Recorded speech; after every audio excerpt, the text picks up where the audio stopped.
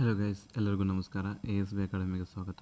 ನೋಡಿ ಗೈಸ್, ನಾವು ಇವತ್ತಿನ ಈ ವಿಡಿಯೋದಲ್ಲಿ ಮಾತಾಡ್ತಾ ಹೋಗೋಣ ಏನಂತಂದರೆ ಜೂನ್ ತಿಂಗಳ ಸ್ಪರ್ಧಾ ವಿಜೇತ ಮ್ಯಾಗ್ಝಿನ್ನ ಕಂಪ್ಲೀಟಾಗಿ ನೋಡ್ತಾ ಹೋಗೋಣ. ಇದು ಪಾರ್ಟ್ 1 ಆಗಿರುತ್ತದೆ. So part 1, part 2, part 3, part 5ವರೆಗೂ ಈ ಇಡೀ ಮ್ಯಾಗ್ಝಿನ್ ಕಂಪ್ಲೀಟ್ ಮಾಡೋಣ, ಇಲ್ಲ ಪಾರ್ಟ್ 4ವರೆಗೂ ಕಂಪ್ಲೀಟ್ ಮಾಡೋಣ. ಯಾಕಂದರೆ 25 ಪೇಜ್ 100 ಪೇಜ್ ಇದೆ. 100 ಪೇಜ್ನ ಕಂಪ್ಲೀಟವಾಗಿ ಯಾವುದು HYD ಟಾಪಿಕ್ಕು ಯಾವುದು ಕರೆಕ್ಟಾಗಿ ಓದಬೇಕು, ಎಷ್ಟೆಷ್ಟು ಓದಬೇಕು, ಯಾವ ಕರೆಂಟ್ ಅಫೇರ್ಸ್ನ ಎಷ್ಟು ಪ್ರಾಮುಖ್ಯತೆ ಕೊಡಬೇಕು ಅಂತ ತಿಳ್ಕೊಂಡು, ಯಾವ ಇಂಪಾರ್ಟೆಂಟ್ ತಿಳ್ಕೊಂಡು ಈ ವಿಡಿಯೋನ ಅಂಡರ್ಲೈನ್ ಮಾಡ್ಕೊತ ನೀವು ಓದ್ಕೊತಾ ಬರಬೇಕಾಗ್ತದೆ. ಅಕಸ್ಮಾತ್ ನೀವು ಏನಾದರೂ ಈ ಮ್ಯಾಗ್ಝಿನ್ ತೊಗೊಂಡಿದ್ರೆ ನಾನು ಹೇಳಿದಂತಹ ಪಾಯಿಂಟನ್ನು ಅಂಡರ್ಲೈನ್ ಮಾಡಿಕೊಂಡು ಓದ್ತಾ ಬರ್ರಿ. ಇದು ನಿಮಗೆ ಕರೆಂಟ್ ಅಫೇರ್ಸ್ಗೆ ಓದೋಕ್ಕೆ ಭಾರಿ ಹೆಲ್ಪ್ಫುಲ್ ಆಗ್ತದೆ. ವಿತೌಟ್ ನೀವು ಟೈಮ್ ವೇಸ್ಟ್ ಮಾಡ್ದಂಗೆ ಕರೆಂಟ್ ಅಫೇರ್ಸ್ನ ರಿವಿಷನ್ ಮಾಡ್ಕೋಬೋದು.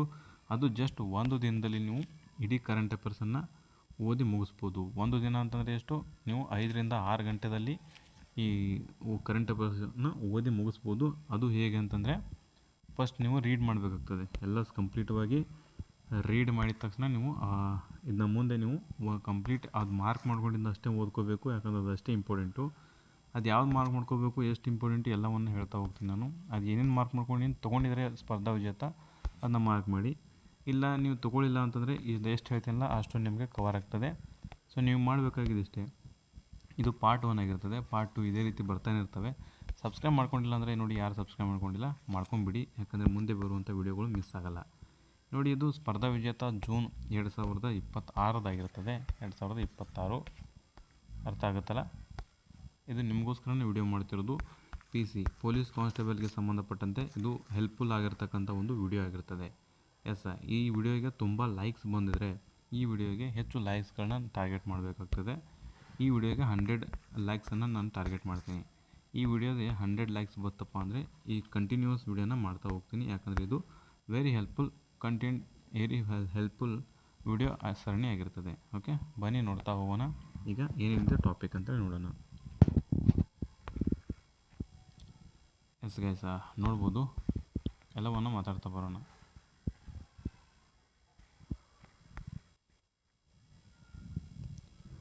ಎಸ್, ಪುದುಚೇರಿಯಲ್ಲಿ ಮುಖ್ಯಮಂತ್ರಿಯಾಗಿ ರಂಗಸ್ವಾಮಿ ನೇಮಕ. ಎಷ್ಟು ಇಂಪಾರ್ಟೆಂಟು ಅಷ್ಟೇ ನೋಡ್ಬೇಕು ಗೈಸ್. ಓಕೆ, ಈಗ PC ಎಕ್ಸಾಮ್ ನಿಯರ್ ಇರೋದ್ರಿಂದ ಸೊ ಎಷ್ಟು ಬೇಕಲ್ಲ ಇನ್ಫಾರ್ಮೇಷನ್ ಅಷ್ಟನ್ನು ನೋಡ್ತಾ ಹೋಗಿ. ಜಾಸ್ತಿ ಟೈಮ್ ವೇಸ್ಟ್ ಮಾಡಿ ಯೂಸ್ ಇಲ್ಲ. ಓಕೆ, ಪುದುಚೇರಿಯ ಮುಖ್ಯಮಂತ್ರಿಯಾಗಿ ಯಾರು ನೇಮಕ ಆಗಿದ್ದಾರೆ ಅಂತಂದರೆ ಈಗ ಎನ್ ರಂಗಸ್ವಾಮಿ ಅನ್ನುವಂಥವ್ರು ನೇಮಕ ಆಗಿದ್ದಾರೆ.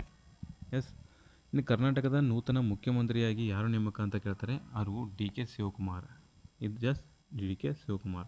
ಇದು ಯಾರಿಗೆ ರಿವಿಷನ್ ಮಾಡಬೇಕಲ್ಲ, ವೆರಿ ಹೆಲ್ಪ್ಫುಲ್ ಆಗಿರ್ತದೆ. ಈ ವಿಡಿಯೋನ ನೀವು 1.5 ಇಟ್ಕೊಂಡು ಕೂಡ ವಿಡಿಯೋನ ನೋಡಿಕೊಂಡು ರಿವಿಷನ್ ಮಾಡ್ಕೋಬೋದು. ನೀವೆಲ್ಲ ಟ್ರಾವೆಲಿಂಗಲ್ಲಿ ಹೋದರೂ ಕೂಡ ಇದು ನಿಮಗೆ ಹೆಲ್ಪ್ ಆಗ್ತಾ ಬರ್ತದೆ. ಎಸ್ ಸರ್, ಈಗ ನೆಕ್ಸ್ಟ್ ನೋಡೋಣ.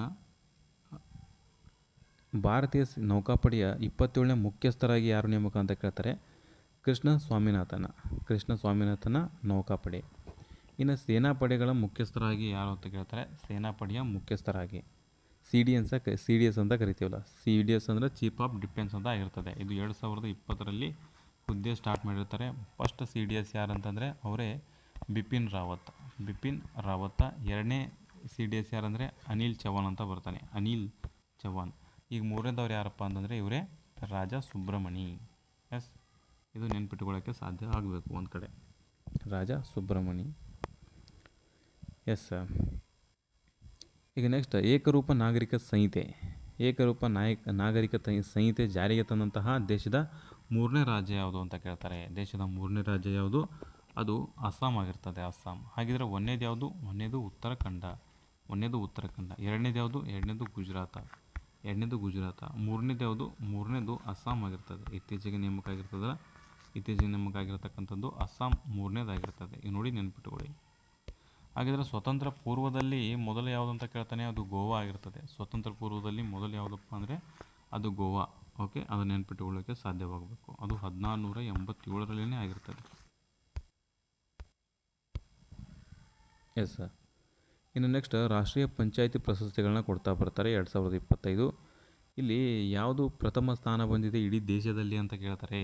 ಇಡೀ ದೇಶದಲ್ಲಿ ಪ್ರಥಮ ಸ್ಥಾನ ಬಂದಿದೆ ಯಾವುದು ಅಂತಂದರೆ ಅದು ಉಡುಪಿ ಜಿಲ್ಲೆಯಲ್ಲಿ ಬರ್ತದೆ. ಉಡುಪಿ ಜಿಲ್ಲೆಯಲ್ಲಿ ಮುದ್ರಾಡಿ ಅಂತ ಬರುತ್ತೆ.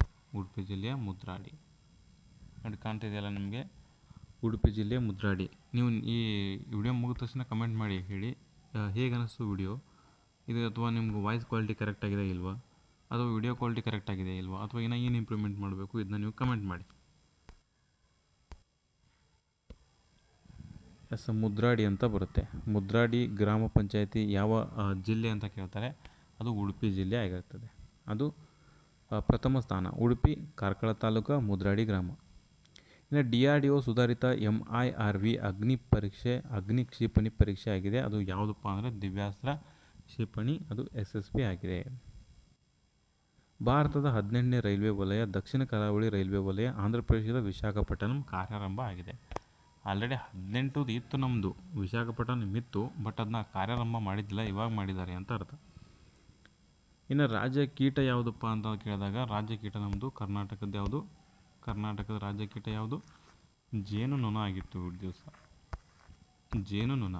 ಬಟ್ ಅದನ್ನ ಇವಾಗ ಚೇಂಜಸ್ ಮಾಡಿಬಿಟ್ಟು ರಾಜ್ಯ ಕೀಟ ಯಾವುದು, ತುಡುವೆ ಜೇನು ಮಾಡಬೇಕಂತ ಇದ್ದಾರೆ, ತುಡುವೆ ಜೇನು.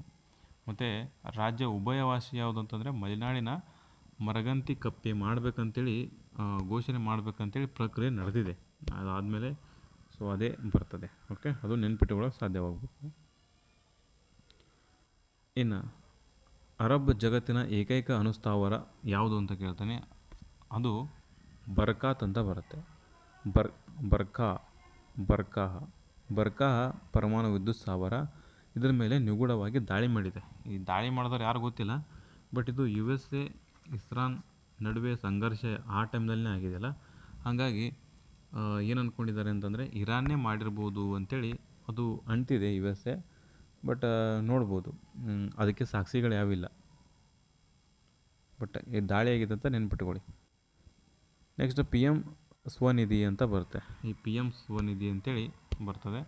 ಇದು 6 ವರ್ಷ ಪೂರೈಕೆ ಆಗಿದೆ ನೋಡಿ, ಇತ್ತೀಚೆಗೆ 6 ವರ್ಷ ಪೂರೈಕೆ ಆಗಿದೆ. 6 ವರ್ಷ ಅಂತಂದರೆ ಇದು ಎಷ್ಟರಲ್ಲಿ ಜಾರಿಗೆ ಬಂದಿತ್ತು ಅಂತ ಗೊತ್ತಿರಬೇಕು. ಎಷ್ಟರಲ್ಲಿ, 2020ರಲ್ಲಿ ಜಾರಿಗೆ ಬಂದಿತ್ತು.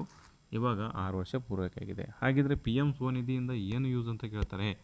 ಏನು ಯೂಸಪ್ಪ ಅಂತಂದರೆ, ಇಲ್ಲಿ ಬೀದಿ ಬದಿ ವ್ಯಾಪಾರಗಳು ಇರ್ತಾವಲ್ಲ, ಬೀದಿ ವ್ಯಾಪಾರ, ತರಕಾರಿ ಮಾರೋರು, ಹಣ್ಣು ಹಂಪಲು ಮಾರೋರು, ಈ ಥರ ಇರ್ತಾರಲ್ಲ, ಅವ್ರಿಗೆ ಸಂಬಂಧಪಟ್ಟಂತೆ ದುಡ್ಡು ಕೊಡೋದು, ಸಾಲ ಕೊಡೋದು. ಎಷ್ಟು ಸಾಲ ಕೊಡೋದಪ್ಪ ಅಂತಂದರೆ 15,000 ಹಿಡ್ಕೊಂಡು 25,000 ಹಿಡ್ಕೊಂಡು 50,000, ಈ ರೀತಿ ಸಾಲವನ್ನು ಕೊಡ್ತಾರೆ. ಯಾವುದೇ ರೀತಿ ನಿಮಗೆ ಆಧಾರವನ್ನು ಇಟ್ಕೊಳ್ಳಲ್ಲ. ಬ್ಯಾಂಕು ಅದು ಇದು ಸಮಥಿಂಗ್ ಆಸ್ತಿ ಪತ್ರ ಇಡೋದು, ಅದು ನಿಮ್ದೇನಾದರೂ ಆಸ್ತಿ ರಹಿತವಾಗಿ ಅಥವಾ ನಿಮ್ಮದು ಆಧಾರ ರಹಿತವಾಗಿ ನಗದು ಸಾಲ ಕೊಡುವಂಥದ್ದು ಯಾವುದಪ್ಪ ಅಂತ ಕೇಳಿದ್ರೆ ಅದೇ PM ಸ್ವನಿಧಿ. PM ಸ್ವನಿಧಿ ಅನ್ನುವಂಥದ್ದು ನೆನ್ಪಿಟ್ಕೊಳ್ಳಿ. ಅದಕ್ಕೆ ಎಷ್ಟು ವರ್ಷ ಅಂದರೆ ಇವಾಗ 6 ವರ್ಷ ಪೂರೈಕೆ ಆಗಿದೆ. ಕೇಳ್ಬೋದು ನಾಳೆ PM ಸ್ವನಿಧಿ ಯಾವುದಕ್ಕೆ ಸಂಬಂಧಪಟ್ಟಿದೆ, ಬೀದಿ ಬದಿ ವ್ಯಾಪಾರಿಗಳಿಗೆ ಸಾಲ ಕೊಡುವಂತಹ ಒಂದು ಯೋಜನೆ. ಎಸ್, ಈಗ ನೆಕ್ಸ್ಟ್ ನೋಡೋಣ. ರಾಷ್ಟ್ರೀಯ ಅಥ್ಲೆಟಿಕ್ ಫೆಡರೇಷನಲ್ಲಿ ರಾಷ್ಟ್ರೀಯ ದಾಖಲೆ ಮಾಡ್ಕೊಂಡಿದ್ದಾರೆ ಯಾರಪ್ಪ ಅಂದರೆ ಗುರ್ವಿಂದರ್ ಸಿಂಗ್ ಅಂತೇಳಿ ಬರ್ತಾರೆ. ಗುರ್ವಿಂದರ್ ಸಿಂಗ್ ಇವರು 100 ಮೀಟರ್ ಓಟ ಇದೆಯಲ್ಲ, 100 ಮೀಟರ್ ಓಟ, ಈ 100 ಮೀಟರ್ ಓಟವನ್ನು ಜಸ್ಟ್ 10.9 ಸೆಕೆಂಡ್ನಲ್ಲಿನೇ ಕಂಪ್ಲೀಟ್ ಮಾಡಿಬಿಟ್ಟಿದ್ದಾರೆ. ಓಕೆ, ಇದು ಒಂದು ಸಾಧನೆ. ಗುರ್ವಿಂದರ್ ಸಿಂಗ್ ಅಂತ ಬರ್ತಾರೆ. ಎಲ್ಲಿ, ರಾಷ್ಟ್ರೀಯ ಅಥ್ಲೆಟಿಕ್ ಫೆಡರೇಷನ್ನಲ್ಲಿ ರಾಷ್ಟ್ರೀಯ ದಾಖಲೆಯನ್ನು ಮಾಡಿದ್ದಾರೆ. ಎಸ್, ಇದು ಗೊತ್ತಿರಲಿ. ಇನ್ನೊಂದು ಇಂಪಾರ್ಟೆಂಟ್, ಮೂರನೇ ಭಾರತ ನಾರ್ಡಿಕ್ ಶೃಂಗಸಭೆ ನಾರ್ವೆಯ ಓಸ್ಲೋದಲ್ಲಿ ನಡೀತು. ನಾರ್ವೆ ರಾಜಧಾನಿ ಯಾವುದು, ಓಸ್ಲೋ. ಸೊ ಓಸ್ಲೋದಲ್ಲಿ ನಡೀತಾ ಬರ್ತದೆ ಮೂರನೇ ನಾರ್ಡಿಕ್ ಶೃಂಗಸಭೆ. ನಾರ್ಡಿಕ್ ಅನ್ನೋದು ಇಂಪಾರ್ಟೆಂಟ, ಈ ಮುಂದೆ ಹೇಳ್ತಾ ಬರ್ತೀನಿ ನಿಮಗೆ. ಓಕೆ, ನಾರ್ಡಿಕ್ ಕಂಟ್ರೀಸ್ ಯಾವುದು ಅಂತ ಕೇಳ್ತಾರೆ. ನಾರ್ಡಿಕ್ ಕಂಟ್ರೀಸ್ ಯಾವುದು ಅಂತ ಕೇಳ್ತಾರೆ. ಮತ್ತು ಇನ್ನೊಂದು ಬರ್ತದೆ, ಇನ್ನೊಂದು ರೀತಿ ಅದೇ ನಾರ್ಡಿಕ್ ಥರನೇ ಬರ್ತದೆ, ಅದನ್ನು ಹೇಳ್ತಾ ಬರ್ತೀನಿ ನಿಮಗೆ. ಎಸ್, ಅದನ್ನು ನಿಮಗೆ ಮುಂದೆ ಹೇಳ್ತಾ ಬರ್ತೀನಿ. ಈಗ ನೆಕ್ಸ್ಟ್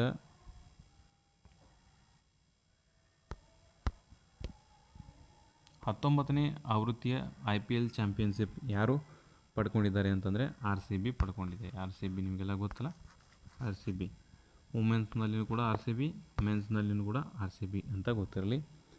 19ನೇ ಆವೃತ್ತಿಯ IPL ಚಾಂಪಿಯನ್ ಯಾರು ಅಂದರೆ RCB. ಅದು ಎಷ್ಟನೇ ಆವೃತ್ತಿ ಅಂತ ಕೇಳ್ತಾರೆ, 19ನೇ ಆವೃತ್ತಿ. ಇನ್ನು ವೈಭವ್ ಸೂರ್ಯವಂಶಿ ಆರೆಂಜ್ ಕ್ಯಾಪನ್ನು ಕೊಡ್ತಾರೆ. ಆರೆಂಜ್ ಅಂದರೆ ಗೊತ್ತಿರಲಿ ಗೈಸ್, ರನ್ ಜಾಸ್ತಿ ಯಾರು ಹೊಡೆದಿರ್ತಾರೆ ನೋಡಿ, ರನ್ ಜಾಸ್ತಿ ಯಾರು ಹೊಡೆದಿರ್ತಾರೆ ಅವರಿಗೆ ಆರೆಂಜ್ ಕ್ಯಾಪನ್ನು ಕೊಡ್ತಾರೆ. ವೈಭವ್ ಸೂರ್ಯವಂಶಿಗೆ ಆರೆಂಜ್ ಕ್ಯಾಪ್ ಕೊಟ್ಟಿದ್ದಾರೆ. ಇನ್ನು ಪರ್ಪಲ್ ಕ್ಯಾಪ್ ಯಾರಿಗೆ ಕೊಡ್ತಾರೆ?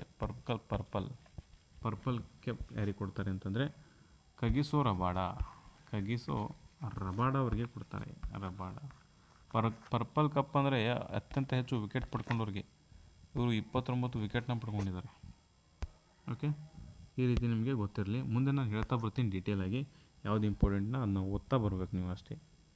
ಇದು ಜಸ್ಟ್ ಇಂಟ್ರೊಡಕ್ಷನ್ ಅಷ್ಟೇ. ಇನ್ನು ನೆಕ್ಸ್ಟ್, ಮಿಷನ್ ಕ್ವೀನ್ ಪೈನಾಪಲ್ ಯೋಜನೆ ಚಾಲನೆಯಾಗಿದೆ. ಕೇಳ್ಬೋದು ನಾಳೆ, ಮಿಷನ್ ಕ್ವೀನ್ ಪೈನಾಪಲ್ ಯಾವುದಕ್ಕೆ ಸಂಬಂಧಪಟ್ಟಿದೆ ಅಥವಾ ಯಾವ ರಾಜ್ಯಕ್ಕೆ ಸಂಬಂಧಪಟ್ಟಿದೆ? ಇದು ನೋಡಿ, ತ್ರಿಪುರ ರಾಜ್ಯಕ್ಕೆ ಸಂಬಂಧಪಟ್ಟಿದೆ. ಅಂದರೆ ರೈತರಿಗೆ ಹೆಲ್ಪ್ ಮಾಡೋ ಸಂಬಂಧ, ರೈತರಿಗೆ ಒಂದು ಬೆಳವಣಿಗೆ ಅಂದರೆ ಬೆಳೆಗಳಿಗೆ ಹೆಲ್ಪ್ ಆಗುವ ಸಂಬಂಧ ಈ ಪೈನಾಪಲ್ ಕ್ವೀನ್ ಅನ್ನುವಂತಹ ಒಂದು ಯೋಜನೆ ಜಾರಿಗೆ ತೊಗೊಂಬಂದರೆ. ನೋಡಿ, ತ್ರಿಪುರ ರಾಜ್ಯದ ಹಣ್ಣು ಯಾವುದಪ್ಪ ಅಂತ ಕೇಳಿದರೆ ಅದು ಕೂಡ ಯಾವುದಾಗಿರ್ತದೆ? ಪೈನಾಪಲ್ ಕ್ವೀನ್ ಆಗಿರ್ತದೆ, ಅದು ನೆನಪಿರಲಿ. ಇನ್ನು ವಿಶ್ವಸಂಸ್ಥೆಯ ಪ್ರಧಾನ ಕಾರ್ಯದರ್ಶಿ ಚುನಾವಣೆ ಕೂಡ ಆಯಿತು 2020ರಲ್ಲಿ, ಅದನ್ನು ನೋಡೋಣ. ದೇಶದ ಮೊದಲ ಮೀಸಲಾದಂತಹ ಕೃತಕ ಬುದ್ಧಿಮತ್ತೆ ಸಚಿವಾಲಯವನ್ನು ರಚನೆ ಮಾಡಿದ್ದಾರೆ. ಅದು ಎಲ್ಲಿಪ್ಪ ಅಂದರೆ ಎಲ್ಲಿ? ಕೇರಳದಲ್ಲಿ ಮಾಡಿದ್ದಾರೆ. ಸೊ ನೋಡಿ, ಒಂದು ಟ್ರಿಕ್ ನೆನ್ಪಿಟ್ಟುಕೊಳ್ಳಿ, ಏನೇ ಎ ರಿಲೇಟೆಡ್ ಇಂಪ್ರೂವ್ಮೆಂಟ್ ಆದರೆ ಅದು ಎಲ್ಲಿ ಆಗಿರ್ತದಪ್ಪ ಅಂದ್ರೆ ಮೇನ್ ಕೇರಳ ಆಪ್ಷನಲ್ಲಿ ಇತ್ತಪ್ಪ ಅಂದರೆ ಅದೇ ಹಾಕೋದು ಸೂಕ್ತ. ಯಾಕಂದರೆ ಆಲ್ಮೋಸ್ಟ್ ಅಲ್ಲೇ ಎಲ್ಲ ಹಾಕ್ಯವು. ನೆಕ್ಸ್ಟ್, ರಾಷ್ಟ್ರೀಯ ಕುಟುಂಬ ಆರೋಗ್ಯ ಸಮೀಕ್ಷೆ ಬಿಡುಗಡೆ ಆಗಿದೆ. ಇದು ಏನಂತ ನೋಡೋಣ ವರದಿ. ಇನ್ನು ನೆಕ್ಸ್ಟ್, ಚಂದ್ರಯಾನ 3 ಮಿಷನ್ಗೆ ಅಮೆರಿಕದ ಗಾಡಾರ್ಡ್ ಆಸ್ಟ್ರೋನಾಟಿಕ್ ಪ್ರಶಸ್ತಿಯನ್ನು ಕೊಟ್ಟಿದ್ದಾರೆ. ಓಕೆ, ಆಸ್ಟ್ರೋನಾಟಿಕ್ ಪ್ರಶಸ್ತಿಯನ್ನು ಕೊಟ್ಟಿದ್ದಾರೆ. ಚಂದ್ರಯಾನ 3 ಮಿಷನ್ಗೆ ಸಂಬಂಧಪಟ್ಟಂತೆ ಇಸ್ರೋಗೆ ತುಂಬ ಪ್ರಶಸ್ತಿಯನ್ನು ಕೊಟ್ಟಿದ್ದಾರೆ. ಅವುಗಳನ್ನ ನೋಡ್ತಾ ಹೋಗೋಣ. Next, utility of the year ಪ್ರಶಸ್ತಿ ವಿಶ್ವದ 5 ಅಗ್ರ ಸಂಸ್ಥೆಗಳಲ್ಲಿ ಸ್ಥಾನ ಪಡೆದಂತಹ ಬೆಂಗಳೂರು ಜಲಮಂಡಳಿ. ನೋಡಿ, ಯುಟಿಲಿಟಿ ಆಫ್ ದಿ ಇಯರ್ ಪ್ರಶಸ್ತಿ ಇತ್ತೀಚೆಗೆ ಯಾರಿಗೆ ಕೊಟ್ಟಿದ್ದಾರೆ ಅಂತ ಕೇಳಿದಾಗ BWS ಅಂತ ಬರ್ತದಲ್ಲ, ಎಸ್, ಅದು ಏನಪ್ಪ ಅಂತಂದರೆ ಜಲಮಂಡಳಿ, ಬೆಂಗಳೂರು ಜಲಮಂಡಳಿ.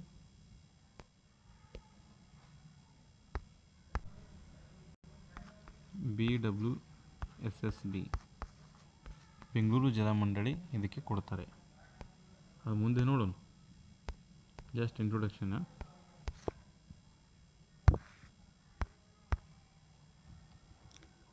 ಎಸ್, ಈಗ ನೆಕ್ಸ್ಟ್, ಅಸ್ಸಾಂನ ಮುಖ್ಯಮಂತ್ರಿಯಾಗಿ ಯಾರು ನೇಮಕ ಆಗಿದ್ದಾರೆ? ಇತ್ತೀಚೆಗೆ ಚುನಾವಣೆ ನಡೀತದೆ, ಗೊತ್ತಿರಬೇಕು ನಿಮಗೆಲ್ಲ, ಚುನಾವಣೆ ನಡೀತದೆ. ಅಸ್ಸಾಂನ ಮುಖ್ಯಮಂತ್ರಿಯಾಗಿ ಹೇಮಂತ್ ಬಿಶ್ವಾ ಶರ್ಮಾ ನೇಮಕ ಆಗಿದ್ದಾರೆ. ಇನ್ನು ನೆಕ್ಸ್ಟ್, ಪಶ್ಚಿಮ ಬಂಗಾಳದ ಮುಖ್ಯಮಂತ್ರಿಯಾಗಿ ಯಾರು ನೇಮಕ ಅಂತಂದರೆ ಸುವೇಂದು ಅಧಿಕಾರಿ. CBIನ ನಿರ್ದೇಶಕರಾಗಿ 1 ವರ್ಷ ವಿಸ್ತರಣೆ ಆಗಿದೆ ಅಧಿಕಾರ. ಯಾರ್ದಂದರೆ ಪ್ರವೀಣ್ ಸೂದ್ ಅವರಿಗೆ. ಅವ್ರದ್ದು. ಇನ್ನು ಕರ್ನಾಟಕ ರಾಜ್ಯ ಮಾನವ ಹಕ್ಕುಗಳ ಆಯೋಗದ ಅಧ್ಯಕ್ಷರಾಗಿ ಯಾರು ನೇಮಕ ಅಂದರೆ ನ್ಯಾಯಾಧೀಶ PN ದೇಸಾಯಿ. ಅದು ನೆನಪಿರಲಿ ನಿಮಗೆ. ಎಸ್, ನೆಕ್ಸ್ಟ್ ಇನ್ನು ಒಳಗಡೆ ಇರುವಂತಹ ಪೇಜಸನ್ನು ನೋಡ್ತಾ ಹೋಗೋಣ. ಅದು ನಿಮಗೆ ಕರೆಕ್ಟಾಗಿ ನೆನಪಿಟ್ಕೊಳ್ತಾ ಹೋಗಿ, ಎಲ್ಲ ಕೂಡ ಇಂಪಾರ್ಟೆಂಟ್ ಇವು. ಜೂನ್ ತಿಂಗಳ ಸ್ಪರ್ಧಾ ವಿಜೇತ ಮ್ಯಾಗ್ಝಿನ್ ಇದು. ಸೊ ನೋಡಿ, ಇನ್ನು PC ಅಪ್ಲಿಕೇಶನ್ ಯಾರು ಹಾಕಿಲ್ಲ 8ನೇ ತಾರೀಕಿನವರೆಗೆ ಎಕ್ಸ್ಟೆಂಡ್ ಮಾಡಿದ್ದಾರೆ. ಹೋಗಿ ಅಪ್ಲಿಕೇಶನ್ ಹಾಕ್ಬೋದು. ಸೊ ಮತ್ತು ಏನಂತಂದರೆ 9ನೇ ತಾರೀಕಿಂದ 12ನೇ ತಾರೀಕಿನವರೆಗೂ ನಿಮ್ಮದು ಏನಾದರೂ ತಿದ್ದುಪಡಿ ಇತ್ತಪ್ಪ ಅಂದರೆ ಎಡಿಟ್ ಮಾಡೋಕ್ಕೆ ಆಪ್ಷನ್ ಕೂಡ ಕೊಡ್ತಾರೆ ನೋಡಿ, ನೆನ್ಪಿಟ್ಕೊಳ್ಳಿ. ಅಪ್ಲಿಕೇಶನ್ ಹಾಕೋರು ಹಾಕ್ಬೋದು. ಈಗ ನೆಕ್ಸ್ಟ್ ಹೋಗೋಣ ಕರೆಂಟ್ ಅಫೇರ್ಸ್ಗೆ. ನೋಡಿ, 2025ರ ವಿಶ್ವಸಂಸ್ಥೆಯ ಮಿಲಿಟರಿ ಲಿಂಗ ವಕೀಲ ಪ್ರಶಸ್ತಿ ಪಡೆದಂಥವರು ಯಾರು ಅಂತ ಕೇಳ್ತಾರೆ? ಮೇಜರ್ ಅಭಿಲಾಷಾ ಬರಾಕ್. ಅಸಹಜ ಜನಸಂಖ್ಯೆಗೆ ಕಾರಣ ಪತ್ತೆಗೆ ನಿವೃತ್ತಿ ನ್ಯಾಯಾಧೀಶ ಪ್ರಭಾಕರ್ ನಾವ್ಲೇಕರ್ ನೇತೃತ್ವದ ಸಮಿತಿಯನ್ನು ನಿರ್ಮಾಣ ಮಾಡಿದ್ದಾರೆ. ಅದು ನೆನಪಿರಲಿ. ನೆಕ್ಸ್ಟ್, ಭಾರತೀಯ 3 ವಿದ್ಯಾರ್ಥಿಗಳಿಗೆ 2026ರ ಜಾಗತಿಕ ಅರ್ಥ ಪ್ರಶಸ್ತಿಯನ್ನು ಕೊಟ್ಟಿದ್ದಾರೆ. ಅವ್ರು ಯಾರ್ಯಾರು ಅಂತ ಕೇಳಿದರೆ ವಿಹಾನ್ ಚವರಿಯಾ, ಅರೀನಾ ಅಗರ್ವಾಲ್ ಮತ್ತು ಅವ್ಯಾನಾ ಮೆಹ್ತಾ ಅಂತೇಳಿ 3 ಜನಕ್ಕೆ ಕೊಟ್ಟಿದ್ದಾರೆ ಜಾಗತಿಕ ಅರ್ಥ ಪ್ರಶಸ್ತಿ.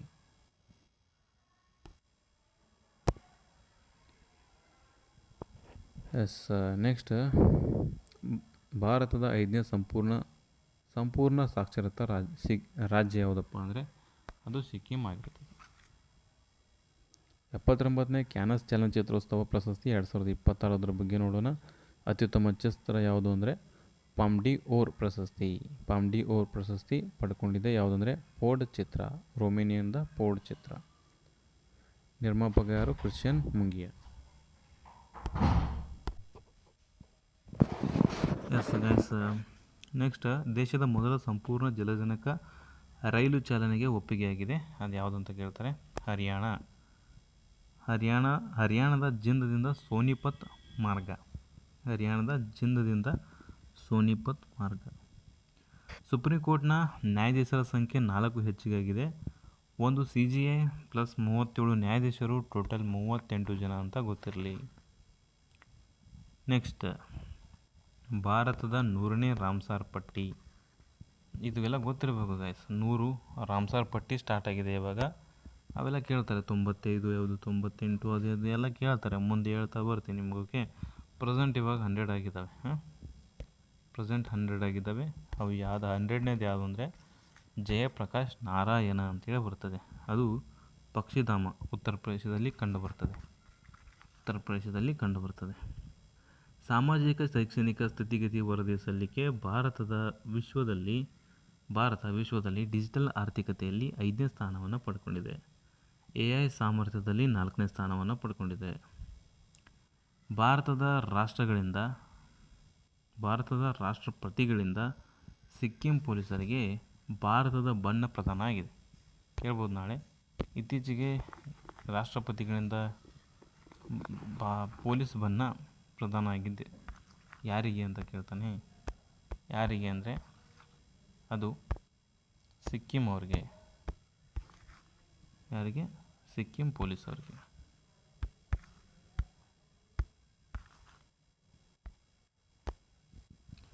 ನೆಕ್ಸ್ಟ್, ಇತ್ತೀಚೆಗೆ ಪ್ರಧಾನಮಂತ್ರಿ ನರೇಂದ್ರ ಮೋದಿಯವರು 5 ರಾಷ್ಟ್ರಗಳಿಗೆ ವಿದೇಶಿ ಪ್ರವಾಸ ಮಾಡಿದ್ದಾರೆ. ಭಾರತ ಇಟಲಿ ಒಪ್ಪಂದ, ಆಮೇಲೆ ಭಾರತ ನೆದರ್ಲ್ಯಾಂಡ್ 17 ಒಪ್ಪಂದ. ಯಾಕೆ ಹೋಗಲ್ಯಾಕ, ಬಟ್ ಅವರಿಗೆ ಪ್ರಶಸ್ತಿ ಸಿಕ್ಕಿದೆಲ್ಲ ಅದು ಇಂಪಾರ್ಟೆಂಟ. ಆ ಪ್ರಶಸ್ತಿಗಳನ್ನ ಮುಂದೆ ಹೇಳ್ತಾ ಬರ್ತೀನಿ, ನೋಡ್ತಾ ಹೋಗಿ. ಓಕೆ. ಎಸ್, ಗೌರಿಬಿದನೂರು ವೀಕ್ಷಣಾಲಯದಿಂದ ಸೂರ್ಯನ ಕರ್ಣದಲ್ಲಿ ಕಾಂತೀಯ ಕ್ಷೇತ್ರ ಅಳತೆ ಮಾಡಿದ್ದಾರಂತ.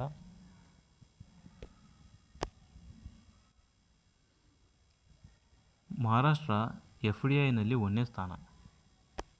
ಹಾಗಿದ್ರೆ FDIನಲ್ಲಿ 2ನೇ ಸ್ಥಾನ ಯಾವುದು? ಕರ್ನಾಟಕ. ಬ್ರಹ್ಮೋಸ್ ಖರೀದಿ ಒಪ್ಪಂದ ಮಾಡಿಕೊಂಡಂತಹ 3ನೇ ದೇಶ ವಿಯೆಟ್ನಾಂ. ಗ್ಲೈಡ್ ಸಶಸ್ತ್ರ ವ್ಯವಸ್ಥೆ ತಾರಾ ಹೋರಾಟ ಯಶಸ್ವಿ, DRDO. ಭಾರತ UK ನಿರ್ಣಾಯಕ ಖನಿಜಗಳ ಜಾಗತಿಕ ಪೂರೈಕೆ ಸರಪಳಿ ವೀಕ್ಷಣಾಲಯ GSCO ಉದ್ಘಾಟನೆ. ಅಂದರೆ ಕ್ರಿಟಿಕಲ್ ಮಿನರಲ್ಸ್ ಅಂತೇಳಿ ಬರ್ತದೆ. ಓಕೆ, ಅದು. ನೆಕ್ಸ್ಟ್, ವಿಕಸಿತ ವೈಬ್ರೆಂಟ್ ವಿಲೇಜ್ ಪ್ರೋಗ್ರಾಮ್ 2026.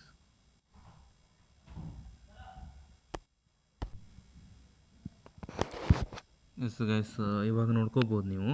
ಇನ್ನು ಪತ್ರಿಕೆ ದಿನ ಯಾವಾಗ ಅಂತಂದರೆ ಮೇ 3. ಓಕೆ, ಅದು ಗೊತ್ತಿರಲಿ. ಮೇ 3 ಪತ್ರಿಕಾ ದಿನ, ವಿಶ್ವ ಪತ್ರಿಕಾ ದಿನ ಅಂತ ಕರಿತೀವಿ. ಮೇ 8 ವಿಶ್ವ ರೆಡ್ ಕ್ರಾಸ್ ದಿನ. ರಾಷ್ಟ್ರೀಯ ತಂತ್ರಜ್ಞಾನ ದಿನ ಮೇ 11. ಮೇ 18 ಅಂತಾರಾಷ್ಟ್ರೀಯ ವಸ್ತು ಸಂಗ್ರಹಾಲಯ ದಿನ. ಮೇ 21 ರಾಷ್ಟ್ರೀಯ ಭಯೋತ್ಪಾದನಾ ದಿನ. ಮೇ 22 ಅಂತಾರಾಷ್ಟ್ರೀಯ ಜೀವ ವೈವಿಧ್ಯತೆ ದಿನ. ಮೇ 31 ತಂಬಾಕು ರಹಿತ ದಿನ. ಇದು ನೀವು 1.5 ಇಟ್ಕೊಂಡು ನೋಡ್ಕೋಬೇಕು, ಯಾಕಂದರೆ ನಿಮ್ಮದು ಟೈಮ್ ವೇಸ್ಟ್ ಆಗುತ್ತೆ. ದೇಶೀಯ ತಂತ್ರಜ್ಞಾನ ರುದ್ರಮ್ 2 ಅಂತೇಳಿ ಪರೀಕ್ಷೆ ಮಾಡಿದ್ದಾರೆ. ಫಿನ್ಲ್ಯಾಂಡ್ನಲ್ಲಿ ವಿಶ್ವದ ಮೊದಲ ಪರಮಾಣು ಕಸದ ಬುಟ್ಟಿಯನ್ನು ತೆಗ್ದಾರೆ.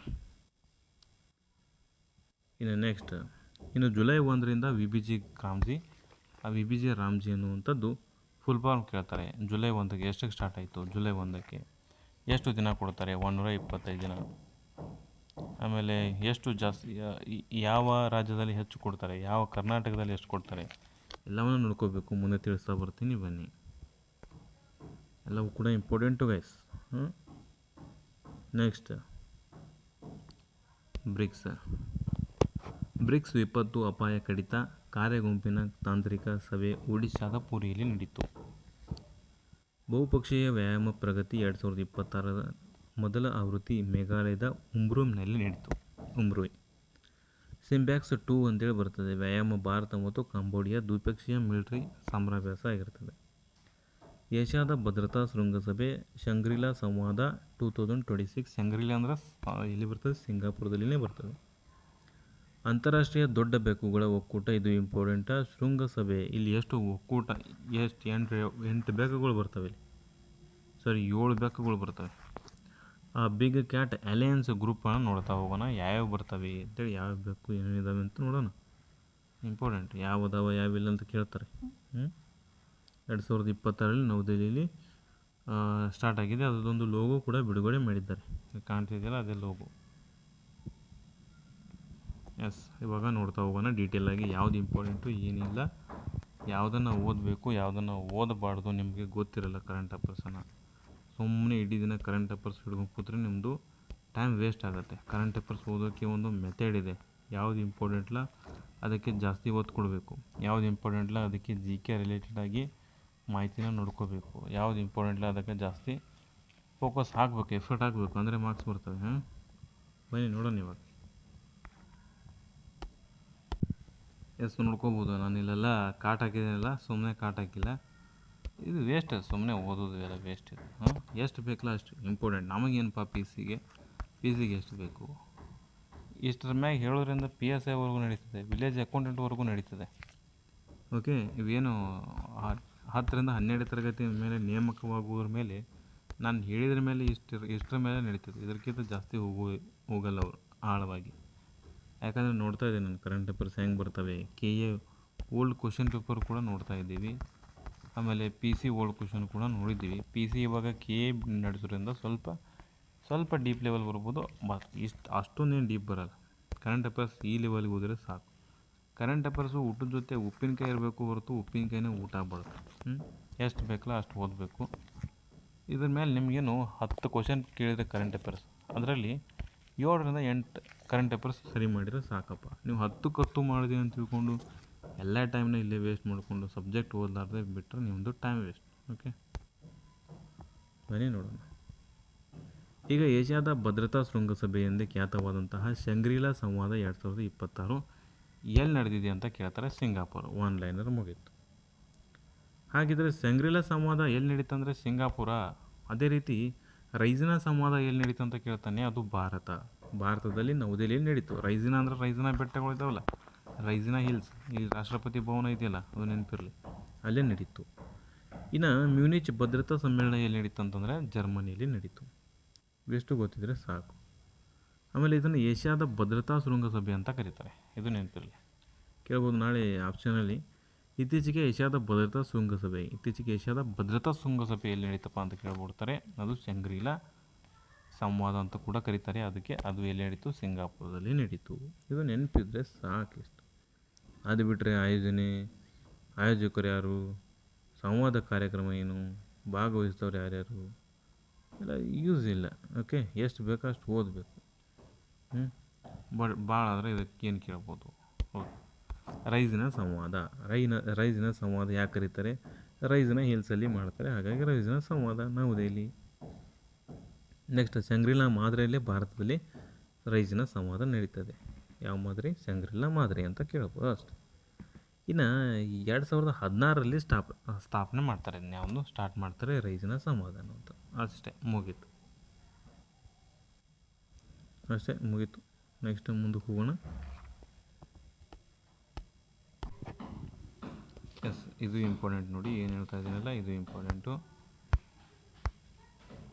ಎಸ್, ಸತತವಾಗಿ 2ನೇ ಬಾರಿ ಚಾಂಪಿಯನ್ ಪಡೆದಂತಹ RCB ಟೀಮು ಸತತವಾಗಿ 2ನೇ ಸ್ಥಾನವನ್ನು ಪಡ್ಕೊಂಡಿದೆ. ಅಂದರೆ 2ನೇ ಬಾರಿ ವಿಕೆಟ್ ಆಗಿದೆ, 2ನೇ ಬಾರಿ ವಿನ್ ಆಗಿದೆ. ಎಷ್ಟು ವಿಕೆಟ? 5 ವಿಕೆಟಿಂದ ವಿನ್ ಆಗಿದೆ. ಯಾರ ವಿರುದ್ಧ? ಗುಜರಾತ್ ಟೈಟನ್ನಿಂದ ವಿನ್ ಆಗಿದೆ. ಗುಜರಾತ್ ಟೈಟನ್ ವಿರುದ್ಧ ವಿನ್ ಆಗಿದೆ, ಅದು ನೆನಪಿರಲಿ. ಗುಜರಾತ್ ಟೈಟನ್, GT ಅಂತ ಕರಿತೀವಿ. ಹಾಗಿದ್ರೆ ಗುಜರಾತ್ನ ಅಹಮದಾಬಾದ್ ಸಬರಮತಿ ನದಿಯ ದಂಡೆ ಮೇಲೆ ಒಂದು ನರೇಂದ್ರ ಮೋದಿ ಕ್ರೀಡಾಂಗಣ ಅಂತೇಳಿ ಐತಿ. ಆ ನರೇಂದ್ರ ಮೋದಿ ಕ್ರೀಡಾಂಗಣದಲ್ಲಿ 5 ವಿಕೆಟ್ನ ಪಡ್ಕೊಂಡು ಗುಜರಾತ್ ಟೈಟನ್ಸ್ನ ವಿರುದ್ಧ ಸತತವಾಗಿ 2ನೇ ಬಾರಿಗೆ ಚಾಂಪಿಯನ್ಶಿಪ್ ಪಡ್ಕೊಂಡಿದೆ. ಯಾವುದಪ್ಪ ಅಂದರೆ RCB. ನೋಡಿ, ನಾನು ಮಾರ್ಕ್ ಮಾಡಿ ಹೇಳಲ್ಲ ನಿಮಗೆ, ಯಾಕಂದರೆ ಯಾವ್ಯಾವ ಇಂಪಾರ್ಟೆಂಟ್ ಅಂತೇಳಿ ಆಲ್ರೆಡಿ ನಾನು ಇಲ್ಲಿ ಓದ್ಕೊಂಡ್ಬಿಟ್ಟು ಮಾರ್ಕ್ ಮಾಡ್ಕೊಂಡಿದ್ದೀನಿ, ಯಾವ್ಯಾವ ಇಂಪಾರ್ಟೆಂಟ್ ಅಂತೇಳಿ. ಸೊ ನಾನು ಫುಲ್ಲಾಗಿ ಓದ್ಕೊಂಡು ಟೈಮ್ ವೇಸ್ಟ್ ಮಾಡಿಕೊಂಡು ಅದ್ರ ಬಗ್ಗೆ ಅರ್ಥ ಮಾಡ್ಕೊಂಡು ಯಾವ ಇಂಪಾರ್ಟೆಂಟ್ ಅಂತೇಳಿ ಮಾರ್ಕ್ ಹಾಕಿರ್ತೀನಿ. ನೀವು ಜಸ್ಟ್ ನೋಡೋದು ಯಾವ ಇಂಪಾರ್ಟೆಂಟ್ ಅಂತೇಳಿ ನಾನು ಮಾರ್ಕ್ ಹಾಕಿಲ್ಲ, ಅವಷ್ಟು ನೋಡ್ಕೊಂಡ್ರೆ ಸಾಕು. ಇಲ್ಲೇ ಇರ್ತಾವೆ ಮಾರ್ಕ್ ಹಾಕಿನೆಲ್ಲ ಇವು ಇಂಪಾರ್ಟೆಂಟು, ಇವು ಇಂಪಾರ್ಟೆಂಟು, ಇವು ಎಲ್ಲ ಹಾಕಿರ್ತೀನಿ ನೋಡಿ. ಓಕೆ, ನಾನು ಹೇಳ್ಬೇಕಾದ್ರೆ ನಿಮಗೆ ರಿವಿಷನ್ ಆಗ್ತದೆ.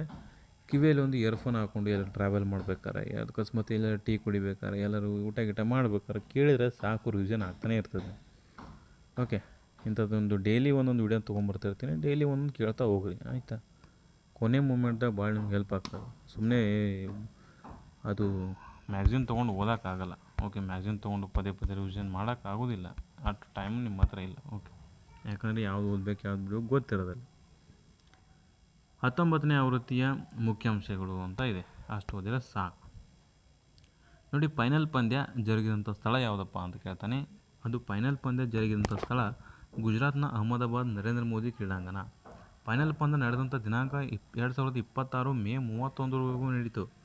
ನೆಕ್ಸ್ಟ್, RCB ಗೆಲುವು ಎಷ್ಟು ವಿಕೆಟ್ನಲ್ಲಿ ಆಯಿತು ಅಂದರೆ 5 ವಿಕೆಟ್ನಲ್ಲಿ ಗೆಲುವಾಯಿತು. ಯಾವ ತಂಡ? RCB ತಂಡ ಚಾಂಪಿಯನ್ ತಂಡಕ್ಕೆ ಪ್ರಶಸ್ತಿ ಎಷ್ಟು ಕೊಡ್ತಾರೆ ಅಂದರೆ 20 ಕೋಟಿ ಕೊಡ್ತಾರೆ. ಹಾಗಿದ್ರೆ ಮತ್ತು 13 ಕೋಟಿ ಫೈನಲ್ ಏನು ರನ್ನರಪ್ ಕೊಟ್ಟಿರ್ತಾರಲ್ಲ, ರನ್ನರಪ್ ಯಾರು ಸೋತಿರ್ತಾರಲ್ಲ ಫೈನಲಿ, ಅವರಿಗೆ 13 ಕೋಟಿ ಕೊಡ್ತಾರೆ. ರನ್ನರಪ್ ಅಂದರೆ ಫೈನಲಿ ಸೋತವರು. ಮತ್ತು ರನ್ನರಪ್ ಯಾವುದಂದರೆ GT, ಗುಜರಾತ್ ಟೈಟನ್ಸ್, ಅದು ನೆನಪಿರಲಿ. ಓಕೆ, ಆರೆಂಜ್ ಕ್ಯಾಪ್ ಯಾರಿಗೆ ಕೊಡ್ತಾರೆ ಅಂದರೆ ಅತ್ಯಂತ ರನ್ ಹೆಚ್ಚು ಹೊಡೆದಂಥವ್ರಿಗೆ ಆರೆಂಜ್ ಕ್ಯಾಪ್ ಕೊಡ್ತಾರೆ. ಆರೆಂಜ್ ಕ್ಯಾಪ್ ಯಾರಿಗೆ ಕೊಟ್ಟರೆ? ವೈಭವ್ ಸೂರ್ಯವಂಶಿ ಕೊಟ್ಟಾರೆ, ರಾಜಸ್ಥಾನ್ ರಾಯಲ್ಸ್ ಅವರಿಗೆ. ರಾಜಸ್ಥಾನ್ ರಾಯಲ್ಸ್ ಅದು ಟೀಮ್ನವ ವೈಭವ್ ಸೂರ್ಯವಂಶಿ. ಇನ್ನು ಪರ್ಪಲ್ ಕ್ಯಾಪನ್ನು ಕೊಡ್ತಾರೆ ಅತ್ಯಂತ ಹೆಚ್ಚು ವಿಕೆಟ್ ಪಡ್ಕೊಂಡವ್ರಿಗೆ. ಯಾರು ತೊಗೊಂಡಾರೆ? 29 ವಿಕೆಟ್ ತೊಗೊಂಡವ್ರು. ಯಾರಂದರೆ ಕಗಿಸೋ ರಬಾಡ ಅಂತೇಳಿ ಬರ್ತಾನೆ. ಕಗಿಸೋ ರಬಾಡು ಗುಜರಾತ್ ಟೈಟನ್ಸ್ದವ, ಅವನು ಅತ್ಯಂತ ಹೆಚ್ಚು ವಿಕೆಟ್ ತೊಗೊಂಡಾನೆ. ಎಲ್ಲ ಮೇನ್ ಹೈಲೈಟ್ ನೋಡ್ಕೊಂಡ್ರೆ ಸಾಕು ಗೈಸ್, ಅವರೇ ಕೊಟ್ಟಿರ್ತಾರೆ ಯಾವ ಇಂಪಾರ್ಟೆಂಟ್ ಅಂತೇಳಿ. ಬಟ್ ಓದುವಂಥ ರೀತಿ ಚೇಂಜ್ ಆಗಬೇಕಷ್ಟೆ. ನೆಕ್ಸ್ಟ್, ಅತ್ಯಂತ ಹೆಚ್ಚು ಪಂದ್ಯ ಶ್ರೇಷ್ಠ ವಿರಾಟ್ ಕೊಹ್ಲಿ 22 ಬಾರಿ. ನೆಕ್ಸ್ಟ್, ಸೀಸನ್ ಅತ್ಯುತ್ತಮ ಕ್ಯಾಚ್ ಹೊಡೆದವ್ರು ಯಾರು ಅಂತಂದರೆ ಮನೀಶ್ ಪಾಂಡೆ. ಪ್ಲೇಪೇರ್ ಅವಾರ್ಡ್ ಪಂಜಾಬ್ ಕಿಂಗ್ಸ್ಗೆ ಕೊಟ್ಟಿದ್ದಾರೆ. ಅತಿ ಹೆಚ್ಚು ಡಾಟ್ ಬಾಲ್ಸ್ ಹೊಡೆದವರು ಮೊಹಮ್ಮದ್ ಸಿರಾಜ್. ಅತಿ ಹೆಚ್ಚು ಬೌಂಡ್ರಿ ಪಡೆದವರು ಸಾಯಿ ಸುದರ್ಶನ್. ಇಷ್ಟೆಲ್ಲ ಗೊತ್ತಿರಲಿ. ಪಿಚ್ ಆ್ಯಂಡ್ ಗ್ರೌಂಡ್ ಅವಾರ್ಡ್ ಯಾರಿಗೆ ಕೊಟ್ಟರು ಅಂದರೆ ಹಿಮಾಚಲ ಪ್ರದೇಶ ಕ್ರಿಕೆಟ್ ಸಂಸ್ಥೆ ಮತ್ತು ಬಂಗಾಳ ಕ್ರಿಕೆಟ್ ಸಂಸ್ಥೆ ಕೊಟ್ಟಾರೆ. ಮುಗಿತು. ಎಷ್ಟು ಓದಿದ್ರೆ ಸಾಕು ಗೈಸ್, ಮತ್ತೇನು ಓದೋ ಅವಶ್ಯಕತೆ ಇಲ್ಲ. ಭಾಳ ಆದರೆ ಇಲ್ಲೊಂದು ಸ್ವಲ್ಪ ಐತಿ, ಇದಷ್ಟು ಓದ್ಬಿಟ್ರೆ ಮುಗೀತಲ್ಲ? ಮುಗಿತಾ ಇಲ್ಲ? ಎಸ್, ನೋಡ್ಕೋಬೋದು ನೀವು. ಏನಂತಂದರೆ ಆ್ಯಂಡಿ ಫ್ಲವರ್ ಯಾರು ಅಂತ ಕೇಳ್ತಾರೆ. ಆ್ಯಂಡಿ ಫ್ಲವರ್ ಅಂತಂದರೆ ಚಾಂಪಿಯನ್ ತಂಡ ಆಯ್ತಲ್ಲ RCB 2 ಸಲ ಚಾಂಪಿಯನ್ ಆಗೋ ಕಾರಣ ಈ ಆ್ಯಂಡಿ ಫ್ಲವರ್ ಕೋಚ್ ಆಗಿರ್ತಾನೆ. ಯಾವ ಕೋಚ? RCB ಕೋಚ್ ಯಾರಂದರೆ ಆ್ಯಂಡಿ ಫ್ಲವರ್. ನೆಕ್ಸ್ಟ್, ಇದೆಷ್ಟಾದರೆ ಆಯಿತು. ಮತ್ತು ಇಲ್ಲೊಂದು ಸ್ವಲ್ಪ ನಿಮಗೆ ಇದು ಕೊಟ್ಟಾರೆ ನೋಡಿ, ಅಷ್ಟು ನೋಡಿಕೊಂಡ್ರೆ ಸಾಕು. ಇಂಪಾರ್ಟೆಂಟ್ ಪಾಯಿಂಟ್, ಕೀ ಪಾಯಿಂಟ್ಸ್ ಯಾವುದಕ್ಕೆ ಏನಂತ ಕರೀತಾರೆ? T20 ಕ್ರಿಕೆಟ್ ಲೀಗ್, IPL ಯಾವಾಗ ಸ್ಥಾಪನೆ ಆಯಿತು? ಅದನ್ನು ಆಯೋಜಕರು ಯಾರು ಅಂತ ಕೇಳ್ತಾರೆ. ಓಕೆ, IPL 2008 ಮೊದಲ ಆವೃತ್ತಿನೇ 2008. ಇತ್ತೀಚಿನ ಆವೃತ್ತಿ 2026 ಅಂದರೆ 19ನೇದು ಆಗಿತ್ತು. ಇದು ಆಯೋಜಿಸುವವರು ಯಾರು? BCCI ಆಯೋಜನೆ ಮಾಡ್ತದೆ. BCCI board of cricket council of India ಅಂತ ಬರ್ತದೆ. ಇದು ಆಯೋಜನೆ ಮಾಡ್ತದೆ. RCB 2 ಸಲ ಪ್ರಶಸ್ತಿ ಪಡ್ಕೊಂಡಿದೆ. ಅತಿ ಹೆಚ್ಚು ವಿಕೆಟ್ ಪಡೆದಂಥವ್ರು ಯಾರಪ್ಪ ಅಂತ ಕೇಳಿದಾಗ ಯಜುವೇಂದ್ರ ಚಹಲ್ ಅಂತ ಬರ್ತಾನೆ, 233 ವಿಕೆಟ್. ಅತಿ ಹೆಚ್ಚು IPLನಲ್ಲಿ ಚಾಂಪಿಯನ್ ಆದಂಥ ತಂಡ ಯಾವುದಂದರೆ ಮುಂಬೈ ಇಂಡಿಯನ್ಸ್. ಮುಂಬೈ ಇಂಡಿಯನ್ಸ್ 5 ಬಾರಿ ಆಗಿದೆ. ಮತ್ತು ಚೆನ್ನೈ ಸೂಪರ್ ಕಿಂಗ್ ಇದು ಕೂಡ 5 ಬಾರಿ. ಎರಡು ಬಾರಿ ಆಗಿದ್ದಾವೆ. 5 ಬಾರಿ ವಿನ್ ಆಗಿದ್ದಾವೆ. ಓಕೆ, ಇನ್ನು ನೆಕ್ಸ್ಟ್, ಇದು 2008ರಲ್ಲಿ IPL ಸ್ಥಾಪನೆ ಆಗುತ್ತಲ್ಲ. ಸ್ಥಾಪನೆ ಆದಾಗ ಈ ಫ್ರಾಂಚೈಸಿಯನ್ನು ಯುನೈಟೆಡ್ ಸ್ಪಿರಿಟ್ ಖರೀದಿ ಮಾಡ್ತದೆ. ಯಾವುದು? RCB ಟೀಮನ್ನು ಯುನೈಟೆಡ್ ಸ್ಪಿರಿಟ್ ಈ ಫ್ರಾಂಚೈಸಿ ತೊಗೊಳ್ತದೆ. ಅದು ತದನಂತರ 2026ರಲ್ಲಿ ಈ ಫ್ರಾಂಚೈಸಿ ಪಡ್ಕೊಂಡವ್ರು ಯಾರಪ್ಪ ಅಂತಂದರೆ ಆದಿತ್ಯ ಬಿರ್ಲಾ ಗ್ರೂಪ್ಸ್ ಅಂತ ಬರ್ತದೆ ಕಂಪ್ನಿ, ಮತ್ತು ದಿ ಟೈಮ್ಸ್ ಗ್ರೂಪ್ಸ್ ಅಂತೇಳಿ ಬರ್ತದೆ, ಮತ್ತು ಬ್ಲ್ಯಾಕ್ ಸ್ಟೋನ್ ಅಂತೇಳಿ ಇವೆಲ್ಲ ಕೂಡಿಕೊಂಡು $1.78 ಬಿಲಿಯನ್ ಡಾಲರ್ಗೆ RCBಯನ್ನು ಕೊಂಡ್ಕೋತವೆ. ಇದು ನೆನಪಿರಲಿ. ಇನ್ನು ನೆಕ್ಸ್ಟ್, ಅಷ್ಟು ಮೀರಿ ಕೇಳಿದ್ದಪ್ಪ ಅಂದರೆ 2008ರಲ್ಲಿ ಯಾವ ಚಾಂಪಿಯನ್ ಆಗಿದೆ ಅಂದರೆ ರಾಜಸ್ಥಾನ್ ರಾಯಲ್ಸ್ ಆಗಿದೆ. ಯಾವುದ್ರ ವಿರುದ್ಧ? CSK ವಿರುದ್ಧ ರಾಜಸ್ಥಾನ್ ರಾಯಲ್ಸ್ ಫಸ್ಟಿಗೆ 2008ರಲ್ಲಿ ವಿಜೇತ ಆಗಿದೆ IPL. ಅದು ನೆನಪಿರಲಿ. ಇಷ್ಟು ಓದಿದ್ರೆ ಮುಗಿದು ಕ್ರಿಕೆಟ್. ಸುಮ್ಮನೆ ಈ ಕ್ರಿಕೆಟ್ ಇಷ್ಟು ಓದೋ ಬದಲಿ 24 ಗಂಟೆ ನೋಡಿಕೊಂಡು 3 ತಿಂಗಳು ನೋಡಿಕೊಂಡು ಟೈಮ್ ವೇಸ್ಟ್ ಮಾಡಿಕೊಂಡು ಕೂತ್ರೆ ನಿಮ್ಮ ಲೈಫ್ ಹಾಳು.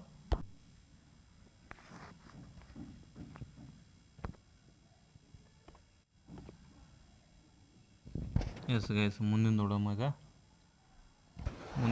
ಏನಂತಂದರೆ ಚಂದ್ರಯಾನ 3 ಮಿಷನ್ಗೆ ಅಮೆರಿಕದ ಗಾರ್ಡಾಡ್ ಆಸ್ಟ್ರೋನಾಟಿಕಲ್ಸ್ ಪ್ರಶಸ್ತಿಯನ್ನು ಕೊಟ್ಟಿದ್ದಾರೆ. India's Chandrayaan 3 lunar mission honoured with 2026 Goddard astronautics award ಅಂತ ಇದೆ. ಇದು ನೋಡ್ಕೋಬೋದು. ಯಾವುದಕ್ಕೆ ಕೊಟ್ಟಿದ್ದಾರೆ ಅಂದರೆ ಇಸ್ರೋಗೆ ಕೊಟ್ಟಿದ್ದಾರೆ. ಯಾವುದಕ್ಕೆ ಕೊಟ್ಟಿದ್ದಾರೆ? ಚಂದ್ರಯಾನ 3 ಮಿಷನ್ ಮಾಡಿದ್ರಲ್ಲ ಅದಕ್ಕೆ ಕೊಟ್ಟಿದ್ದಾರೆ. ಯಾರು ಕೊಟ್ಟಿದ್ದಾರೆ? ಅಮೇರಿಕನ್ಸ್ ಕೊಟ್ಟಿದ್ದಾರೆ. ಅಮೇರಿಕನ್ ಯಾವ company? Institute of aeronautics and astronautics ವತಿಯಿಂದ ಕೊಟ್ಟಿದ್ದಾರೆ. 2026ನೇ ಸಾಲಿನಲ್ಲಿ ಯಾವ ಪ್ರಶಸ್ತಿ ಕೊಟ್ಟಿದ್ದಾರೆ? ಗಡಾರ್ಡ್ ಆಸ್ಟ್ರೋನಾಟಿಕ್ಸ್ ಪ್ರಶಸ್ತಿ. ಎಷ್ಟು ಗೊತ್ತಿದ್ರೆ ಸಾಕು. ಇನ್ನು ನೆಕ್ಸ್ಟ್ ಇಂಪಾರ್ಟೆಂಟ್ ಹೇಳಬೇಕು ಅಂದರೆ ನಿಮಗೆ ಸ್ವಲ್ಪ GK ರಿಲೇಟೆಡ್ ನೋಡಬೇಕು. ಯಾವ ಕರೆಂಟ್ ಅಫೇರ್ಸ್ನ GK ರಿಲೇಟೆಡ್ ನೋಡಬೇಕಂದ್ರೆ ಇಂಥವು ನೋಡಬೇಕು. ಸೈನ್ಸ್ ಆ್ಯಂಡ್ ಟೆಕ್ಕು ಯಾವ್ದ್ಯಾವ್ದು ನೋಡ್ಬೇಕಂತ ನಾನು ಹೇಳ್ತೀನಿ. ಸ್ಪರ್ಧಾ ವಿಜೇತದಲ್ಲಿ ನೀವು ಜಸ್ಟ್ ನೋಡ್ತಾ ಹೋಗ್ರಿ, ವಾಚ್ ಮಾಡ್ತಾ ಹೋಗ್ರಿ, ಸಾಕು, ನಿಮಗೆ ಒಂದು ಐಡಿಯಾ ಬರ್ತದೆ. ಇಷ್ಟು ನೋಡಿಕೊಂಡ್ರೆ ಸಾಕು. ನಿಮ್ಮದು PC ಪೇಪರ್ ಮುಗಿಯೋವರೆಗೂ ನಾನು ನಿಮ್ಗೆ ಹೆಲ್ಪ್ ಮಾಡ್ತಾ ಹೋಗ್ತೀನಿ.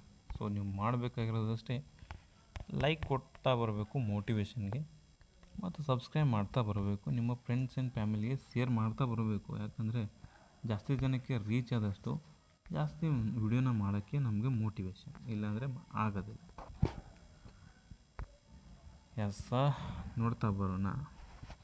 ಇಂಡಿಯಾಸ್ ಚಂದ್ರಯಾನ 3 ಲೂನಾರ್ ಮಿಷನ್, ಇದ್ರ ಬಗ್ಗೆ ಸ್ವಲ್ಪ ನೋಡೋಣ. 2023ರ ಜುಲೈ 14ರಂದು ಉಡಾವಣೆ ಮಾಡಿದೆ. ಉಡಾವಣಾ ರಾಕೆಟ್ ಯಾವುದು? LVM-3 M4 ಅಥವಾ GSLV MK3 ಅಂತೇಳಿ ಬರ್ತದೆ. ಚಂದ್ರನ ಅಂಗಳಕ್ಕೆ ಇಳಿದಂತಹ ದಿನಾಂಕ 2023 ಆಗಸ್ಟ್ 23ಕ್ಕೆ ಇಳಿತಾ ಬರ್ತದೆ. ಈ ಆಗಸ್ಟ್ 3ಕ್ಕೆ ಇಳಿದಿದ್ದನ್ನು ಏನಂತ ಕರೀತಾರೆ ಅಂದರೆ, ಅದನ್ನು ಏನಂತ ಕರೀತಾರೆ ಗೊತ್ತಿರಬೇಕಲ್ಲ? ಬಾಹ್ಯಾಕಾಶ ದಿನ, ರಾಷ್ಟ್ರೀಯ ಬಾಹ್ಯಾಕಾಶ ದಿನ. ಇನ್ನು ಚಂದ್ರಯಾನ 3 ವಿಕ್ರಮ್ ಲ್ಯಾಂಡರ್ ಇಳಿದಂತಹ ಸ್ಥಳದ ಹೆಸರು ಏನಂತಂದರೆ ಶಿವಶಕ್ತಿ ಬಿಂದು ಅಂತ ಇದೆ. ಚಂದ್ರಯಾನ 3 ಲ್ಯಾಂಡರ್ನ ಹೆಸರು ವಿಕ್ರಮ್ ಆಗಿರುತ್ತದೆ. ರೋವರ್ನ ಹೆಸರು ಏನಾಗಿರ್ತದೆ? ಪ್ರಜ್ಞಾನ್ ರೋವರ್ ಅಂತ ಆಗಿರ್ತದೆ.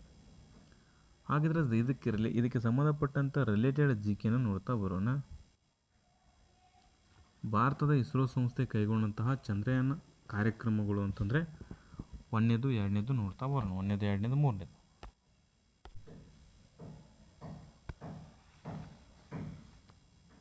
ನಿಮಗೆ ಕಾಣ್ತಿದೆ ಅಂತ ಅನ್ಕೊತೀನಿ. ಸೊ ವೆರಿ ಇಂಪಾರ್ಟೆಂಟ್ ಇದು. ಇದರ ಮೇಲೆ GK ಕ್ವಶನ್ನ ಕೇಳ್ತಾ ಬರ್ತಾನೆ. ಯೋಜನೆ ಅಂತ ಬರ್ತದೆ ನೋಡಿ. ಚಂದ್ರಯಾನ 1 2008 ಅಕ್ಟೋಬರ್ 22ಕ್ಕೆ ಉಡಾವಣೆ ಮಾಡ್ತಾರೆ. ಯಾವ ಉಡಾವಣೆ ಮೂಲಕ? ವಾಹಕ ಮೂಲಕ ಅಂದರೆ PSLV C-11 ಮೂಲಕ. ಇಳಿದಂತಹ ನೌಕೆಯ ತಾಣ ಯಾವುದಪ್ಪ? ಅಲ್ಲಿ ಏನಂತ ಗುರುತಿಸ್ತಾರೆ ಅಂದರೆ ಜವಾಹರ್ ಬಿಂದು. ಇನ್ನು ಚಂದ್ರಯಾನ-2 ಮಿಷನ್ 2019 ಜುಲೈ 22ಕ್ಕೆ ಹಾರಿಬಿಡ್ತಾರೆ. GSLV Mk2 ಅನ್ನುವಂಥದ್ದು ಒಂದು ಉಡಾವಣೆ ವಾಹಕದ ಮೂಲಕ ಬಿಡ್ತಾರೆ. ಇನ್ನು ತಿರಂಗ ಬಿಂದು ಅಂತ ಬರುತ್ತೆ. ತಿರಂಗ ಬಿಂದು ಅಂತೇಳಿ ಅದರದ್ದು ಒಂದು ಹೆಸರಿಡ್ತಾರೆ. ನೌಕೆ ಇಳಿದಂತಹ ತಾಣಕ್ಕೆ ಹೆಸರಿಡ್ತಾರೆ. ನೆಕ್ಸ್ಟ್ ಚಂದ್ರಯಾನ-3 ಅಂತ ಬರುತ್ತೆ. ಚಂದ್ರಯಾನ-3 ಜುಲೈ 14ಕ್ಕೆ ಬಿಡ್ತಾರೆ. LVM-3 M4 ಅಂತೇಳಿ ಅದರದ್ದು ಒಂದು ಉಡಾವಣಾ ವಾಹಕ.